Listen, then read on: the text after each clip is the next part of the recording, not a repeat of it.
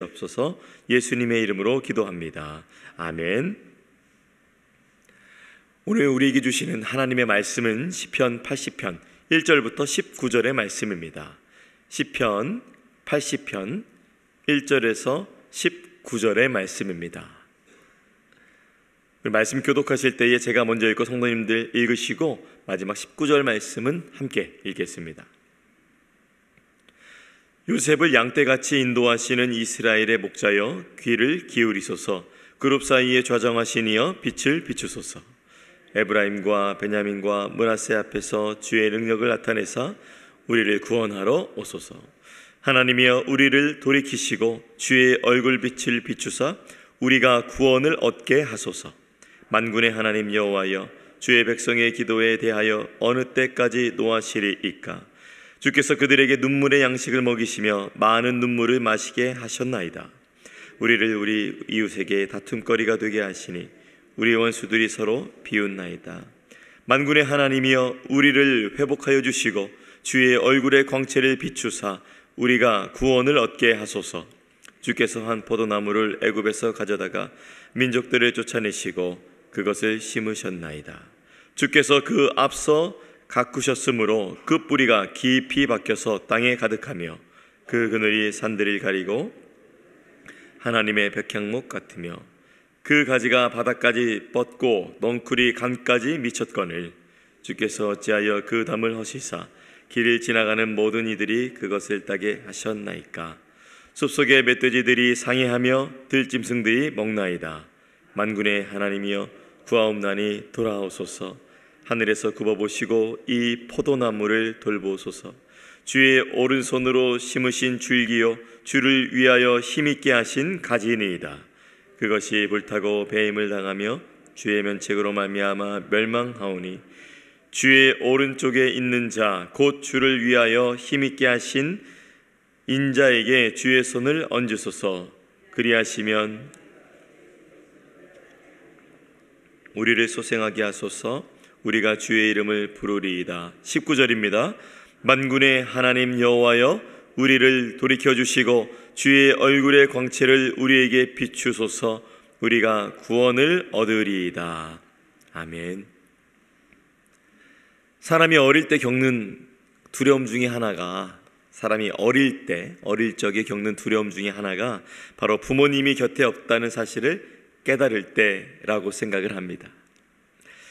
저희 아이들도 예전에 마트에서 잠깐 자유롭게 돌아다니다가 어머니와 또 저와 아버지 이렇게 분리가 되어서 찾고 있는데 계속 엇갈리었을 때 아이들이 약간 두려워했음을 제가 보게 되었습니다. 주위에 아무것도 없다고 느끼는 그 순간 아이는 혼자라며 생각하며 또 절망하고 두려워하는 것 같습니다. 어쩌면 저는 우리의 신앙생활도 그러한 것이 아닐까 이렇게 생각을 해봤습니다. 왜냐하면 우리에게도 그런 날들이 있잖아요, 여러분. 하나님이 계시지 않은 것 같이 느껴지고 정말로 간절한 기도의 제목에 그 응답이 있어야 되는데 그것이 속히 이루어지지 않고 계속되는 고난 속에서 하나님 어디 계십니까? 하나님 역사해 주세요라고 이렇게 간절하게 기도할 때 탄식은 넘쳐서 어서 주님이 임하시고 확신을 주시든지 응답을 주시든지 속히 일하여 주시면 참 좋겠는데 잠잠하실 때가 있죠. 그때 우리가 어린 아이처럼 낙심하고 절망하고 두려워하고 불안해하는 것 같습니다. 오늘 시편 80편에는 그러한 탄식 속에 있는 시인이 하나님을 부르는 그러한 기도를 담고 있는 그러한 시입니다. 저는 1절에서 7절 말씀을 보며 이러한 것들을 보게 되었는데요.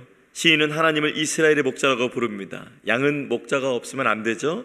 방향을 잃습니다. 어디론가 갈 수는 있겠지만 방향을 잃습니다. 며칠 전에도 교회 뒤에 산책로 길을 잠깐 걷는데 아이가 엄마보다 조금 앞서가는 거예요. 엄마가 손을 잡으려 합니다. 그런데 아이가 한 2살, 3살 됐을까요? 엄마의 손을 탁 칩니다. 내가 가겠다 그거죠.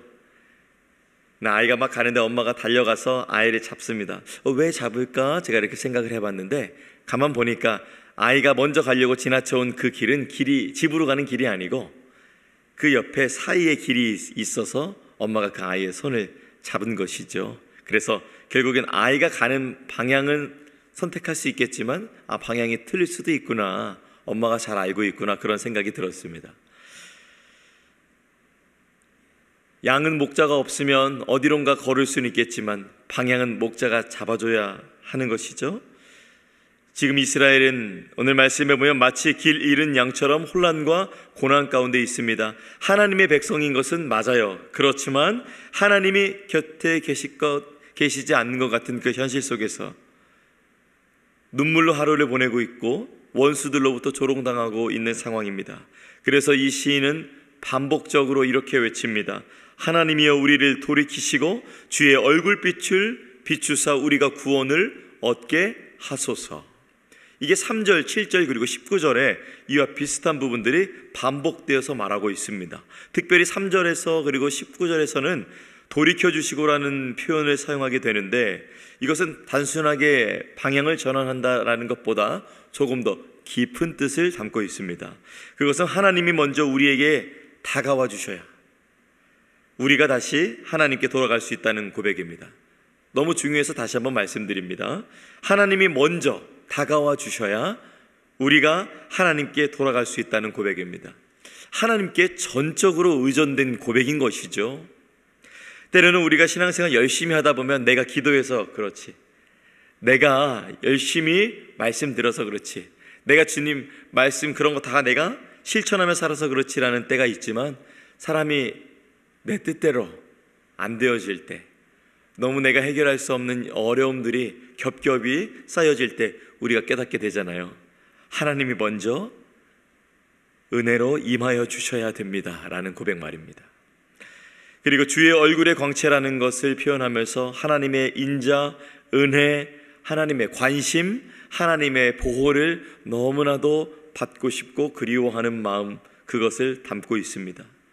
저는 결과적으로 고난 속에서도 성도가 견딜 수 있는 그 힘은 하나님의 얼굴이 나를 향하고 있다는 그 확신, 그 확신이 있다면 조금 어려워도, 조금 괴로워도, 조금 힘들어도 우리가 이겨나갈 수 있잖아요.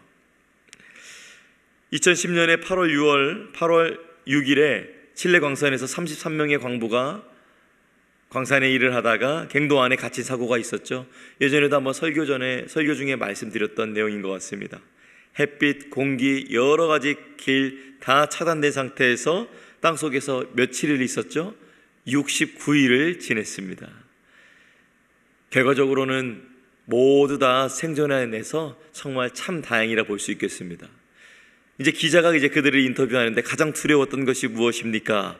라고 묻자 일제히 하는 그 증언들이 바로 이런 것이었다고 해요. 가장 견디기 어려웠던 것은 어둠도 아니었고 공포도 아니었습니다. 가장 어려웠던 것은 우리를 아무도 찾지 않는 것 같은 그 느낌이 왔을 때가 너무 무서웠습니다.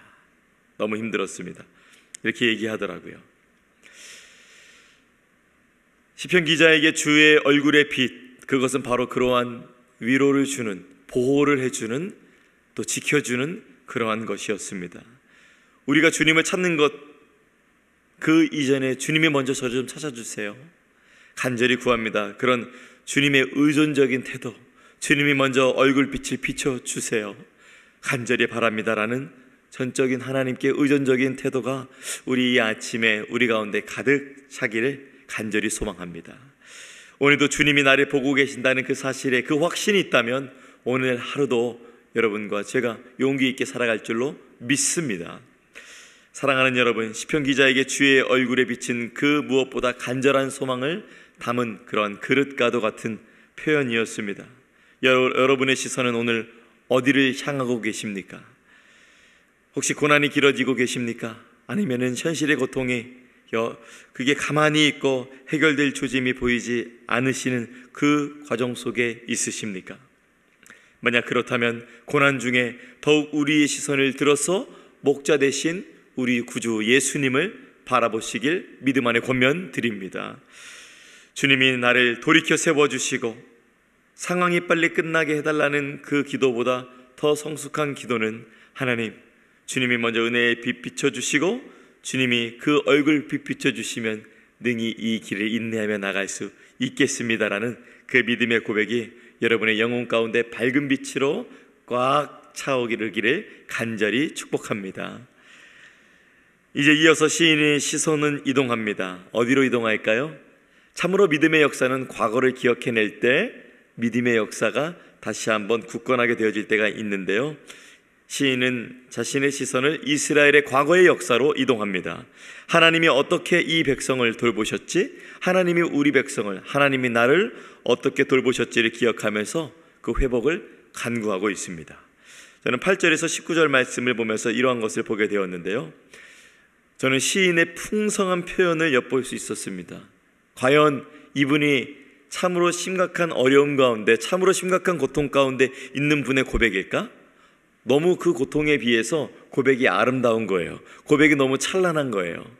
참 여러분, 고통과 어려움 가운데 있을 때 그럼에도 불구하고 하나님께 온 마음 다해 찬양하는 것, 하나님께 전심으로 기도하는 것은 참으로 아름다운 것이라 볼 수 있습니다. 시인은 이스라엘의 역사를 이 나무에 비유하는데요, 바로 포도나무입니다. 하나님께서 애굽에서 이스라엘을 인도해 내셨죠. 그리고 가나안 땅에 그들을 심어 주셨습니다. 하나님은 그 땅의 이방 민족을 쫓아내시고 이스라엘이라는 포도나무가 깊이 뿌리 내릴 수 있도록 돌보아 주셨습니다. 그 결과 이 포도나무가 깊이 뻗어나가고 자라서 큰 민족이 되었죠. 그런데 지금은 그 담이 허물어졌습니다. 들짐승이 와서 먹어치웠다고 표현합니다. 황폐한 포도밭이 되었다고 표현합니다. 왜 그렇게 되었을까요? 자세한 얘기를 담았으면 좋겠지만 시인은 명확하진 않지만 이스라엘이 하나님을 멀리하고 하나님이 기대하신 열매가 맺히지 않았기 때문에 이렇게 되었다라고 자신들에게 죄를 돌리며 그 죄를 고백하며 나아갑니다. 그래서 결국 그 담이 허물어져서 자신을 돌아보게 된 것이죠. 그래서 14절 말씀에 이렇게 고백합니다. 만군의 하나님이여 구하옵나니 돌아오소서. 하늘에서 굽어보시고 이 포도나무를 돌보소서. 무너진 담을 세울 수 있는 분, 황폐한 땅을 다시 기름지게 하실 수 있는 분, 그분은 바로 그러할 주권을 가지신 하나님, 그 생명을 쥐고 계신 하나님뿐이라는 그 고백을 하고 있습니다. 요세미티 국립공원에 수백 년 된 거대한 나무들이 있죠. 바로 세쿼이아 나무들이라고 하는데 그 숲이 너무나 울창해서 찍는 사진마다 아주 예술적으로 담긴다고 합니다. 그런데 몇 년 전에 사람들이 이상한 현상을 발견했대요. 겉은 멀쩡한데 나무의 속이 글쎄 썩어가고 있는 겁니다. 참 어떤 면에서 보면 이 생명을 가진 존재들은 그런 것 같아요. 겉은 멀쩡한데 속은 썩어간다. 혹시 여러분의 영혼은 어떠십니까? 그래서 이 사람들이 이제 그 원인을 파악해봤다고 합니다. 이 원인은 의외로 간단했는데요, 사람들이 관광로, 이렇게 길을 다니는 길은 아주 잘 정비를 했는데 그렇다 보니까 나무 주변의 흙을 너무 단단하게 고정을 해버린 겁니다. 너무 단단하게 다져버린 겁니다. 그래서 뿌리가 숨을 쉴 수 있는 틈이 다 꽉 막혀버렸던 거래요. 그래서 국립공원은 울타리를 제거하고 흙을 다시 살리고 뿌리에 공기를 주는 작업들을 했다고 합니다. 그리고 놀랍게도 몇 년 사이에 다시 나무가 살아났다고 합니다. 저는 신앙생활도 이와 참으로 비슷하다고 생각합니다. 하나님께서도 우리의 인생을 심으시고 여러분의 인생을 심으시고 돌보아 주셨죠. 하지만 우리가 교만해지고 신앙의 숨통이 막힐 때에 하나님은 우리를 일깨우기 위하여서 그 담을 허무십니다. 그래야 우리가 다시 주님께로 숨을 쉴 수가 있고 뿌리 내어질 수가 있기 때문입니다. 때로는 고통이, 때로는 고난이, 때로는 절망이 하나님께 다시 한번 숨통을 여는 데에 귀하게 사용될 때도 있습니다. 지금 나의 삶이 흔들리고 있다면 그 안에 담긴 하나님의 사랑과 돌보심을 다시 한번 믿고 다시 열매 맺는 삶으로 나아가야 된다고 생각합니다. 사랑하는 여러분, 하나님께서 포도원을 돌보신 것처럼 참으로 그 포도원의 이스라엘의 포도나무의 풍성한 열매를 맺기 원하시는 것처럼 저와 여러분에게도 그러한 열매가 맺히길 원하세요. 우리가 대단해서가 아니라 예수 그리스도의 십자가 공로의 그 구속함의 사건으로 말미암아 우리가 하나님의 것이 되었고 하나님의 자녀가 되었고 그리스도의 제자가 되었고 그분의 성도가 되었으므로 그분의 또한 성령을 우리 가운데 주셨기 때문에 하나님이 풍성한 열매를 또한 바라는 것은 어쩌면 당연한 건지도 모르겠어요. 여러분의 인생에도 하나님이 돌보시고 심으신 그 시간들이 있습니다. 그런데 혹시 지금 내 삶의 울타리가 무너져 내리고 있는 것은 아닌지 오늘 말씀을 통해 살펴봤으면 좋겠습니다. 신앙의 외형은 괜찮은데 혹시 내 속은 어떤지, 내가 하나님 보시기에 어떠한 귀한 열매들이 맺고 있는지 우리가 성령 하나님께 기도해야 할 줄로 믿습니다. 성령님, 다시 돌아오셔서 나를 붙들어 주세요. 다시 주님의 손으로 회복시켜 주세요. 그렇게 다시 붙들린 인생, 또 다시 주님을 온전한 마음으로 열매 맺는 귀한 인생 되시길 축복합니다. 시편은 마지막까지 이렇게 반복하죠. 우리를 돌이켜 주시고 주의 얼굴을 비춰 주소서. 참으로 이 절규는 회복의 신앙을 담고 있는 정말 신앙의 끈질긴 마음을 담고 있는 것입니다. 말씀의 결론입니다. 오늘 우리는 이 시편의 기도를 통해서 함께 또 설교 이후의 기도 시간에 하나님께 기도했으면 좋겠습니다. 이렇게 하나님을 인정하며 나아갔으면 좋겠습니다. 고난 중에도 또 우리 삶의 황폐한 영역 가운데서도 하나님은 여전히 나의 목자시며 주님만이 살리실 수 있고 주님만이 이 길을 이길 수 있도록 도우시고 힘주시고 능력 주시는 이 시온이 주님 나와 함께하여 주시옵소서. 그러한 기도로 주님께 나아가시면 어떨까요? 오늘도 여러분 주님의 얼굴을 사모하시고 기도하는 자마다 주님이 여러분을 향해 얼굴을 드시고 또한 다시 돌이켜주시고 여러분의 삶이 살아날 것입니다. 특별히 또한 여러분의 주변에 그러지 못한 배우자, 자녀들, 형제들 또한 믿음의 동역자들이 있다면 함께 한 마음으로 마음을 품고 또한 그분들을 위해서 넉넉한 마음을 갖고 함께 또한 기도하여서 온 교회가 믿음 안에 승리할 수 있는 오늘 하루 되시기를, 그러한 여러분의 하루 되시기를 예수님의 이름으로 축원합니다. 기도하겠습니다. 하나님 아버지, 오늘 시편 80편을 통해서 우리가 얼마나 주님의 얼굴에 비칠 필요로 하는 존재인지 고백하게 하시니 감사합니다. 고난 중에서도 길을 잃은 양처럼 우리가 방황할 때에도 우리를 먼저 돌이켜주시는 분은 주님이시여 우리에게 광채를 비춰주시는 분은 주님이심을 고백합니다. 우리의 삶이 무너져 내릴 때,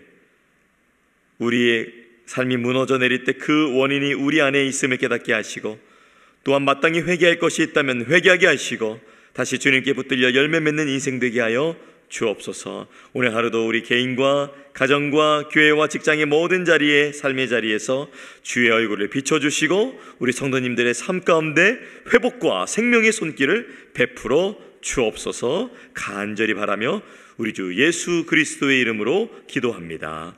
아멘. 하늘에 계신 우리 아버지여, 이름이 거룩히 여김을 받으시오며 나라가 임하시오며 뜻이 하늘에서 이루어진 것 같이 땅에서도 이루어지이다. 오늘 우리에게 일용할 양식을 주시옵고 우리가 우리에게 죄 지은 자를 사하여 준 것 같이 우리 죄를 사하여 주시옵고 우리를 시험에 들게 하지 마시옵고 다만 악에서 구하시옵소서. 나라와 권세와 영광이 아버지께 영원히 있사옵나이다. 아멘. 오늘 VBS 또 VBX 마지막 날입니다. 모두 은혜 가득하고 또한 다치지 않고 안전하게 마칠 수 있도록 기도해 주시면 감사하겠습니다. 계속해서 각자의 기도의 제목으로 기도하며 나아가겠습니다.